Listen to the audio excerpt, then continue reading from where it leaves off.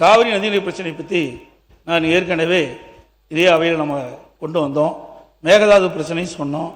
நடுவர் மன்றத்தை பற்றி இங்கே ஒரு கருத்தை, ஒரு தீர்மானத்தை கொண்டு வந்து நிறைவேற்றிருக்காங்க. அது நான் ஏற்கனவே தெளிவாக நான் சொன்னேன்.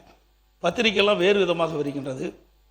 18ஆம் தேதி கொடுக்கப்பட்ட அந்த சட்டமன்ற உறுப்பினர்களுக்கு கொடுக்கப்பட்ட அரசு தனி தீர்மானத்தில் கொடுக்கப்பட்ட அந்த வாசகத்தின் அடிப்படையில் தான் முன்மொழிஞ்சு அதன் அடிப்படையில் தான் நாங்களாம் பேசணும்.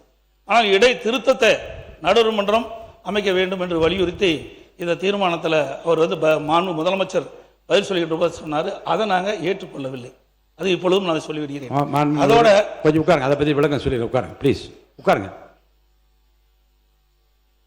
மாண்புமிகு முதலமைச்சர் அவர்கள் அரசின் சார்பில் தீர்மானத்தை முன்மொழிந்தார்கள். எதிர்க்கட்சி தலைவர் அவர்கள் கடிதம் மூலமாக அன்று காலையே இதில் ஒரு திருத்தத்தை ஏற்றுக்கொள்ளுமாறு ஒரு கடிதம் கொடுத்திருந்தார்கள். முறையாக அது ஆய்வு செய்யப்பட்டு அந்த திருத்தம் ஏற்றுக்கொள்ளப்பட்டு அவைக்கு மாண்புமிகு முதலமைச்சர் அவர்கள் வாக்கெடுப்புக்கு விடுப்பதற்கு முன்பாக நான் சொன்னேன், திருத்தப்பட்ட திருத்தத்தோடு இந்த தீர்மானம் வாக்கெடுப்புக்கு விடப்படுகிறது என்று சொன்னேன். உங்களுக்கு 3 வாய்ப்பு இருந்தது. ஒன்று, மாண்புமிகு எதிர்க்கட்சி தலைவர் அவர்கள் பேசுகிற போதே திருத்தத்தை பற்றி குறிப்பிடுகிறார். இப்படிப்பட்ட திருத்தத்தில் உடன்பாடு இல்லை என்றால் இப்போது இப்படி குறுக்கிட்டு நீங்கள் பேசுவது போல கையை உயர்த்தி இதில் எங்களுக்கு உடன்பாடு இல்லை என்ற கருத்தை அப்போது சொல்லியிருக்கலாம். ஒன்று. இரண்டாவதாக, திருத்தம் மாண்புமிகு முதலமைச்சர் கவனத்திற்கு கொண்டு சென்று திருத்தம் செய்யப்பட்டு திருத்தப்பட்ட தீர்மானத்தையும் அவர்கள் படிக்கின்றார்கள். திருத்தப்பட்ட அப்போதும் நீங்கள் உங்களுடைய எதிர்ப்பை தெரிவிக்கவில்லை.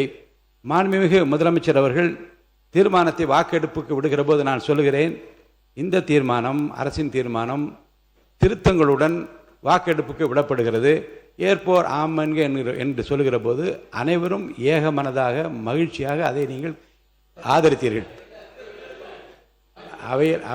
அவையில் நடந்தது எல்லாமே குறிப்பில் இருக்கிறது. அப்போதும் எதிர்ப்பு தெரிவிக்கவில்லை. தீர்மானம் ஏக மனதாக நிறைவேறியது என்று அப்போதும் நான் ஒரு வார்த்தை சொன்னேன். வெளி மாநிலங்கள் எல்லாம் ஒற்றுமையாக இருக்கின்றார்களே என்று சொல்லுகிற நீங்கள் இந்த பிரச்சனையில் ஒற்றுமையாக இருக்க வேண்டும் என்பதும் அப்படி இருப்பதும் மகிழ்ச்சியாக இருக்கிறது என்பது கூட குறிப்பில் இருக்கிறது.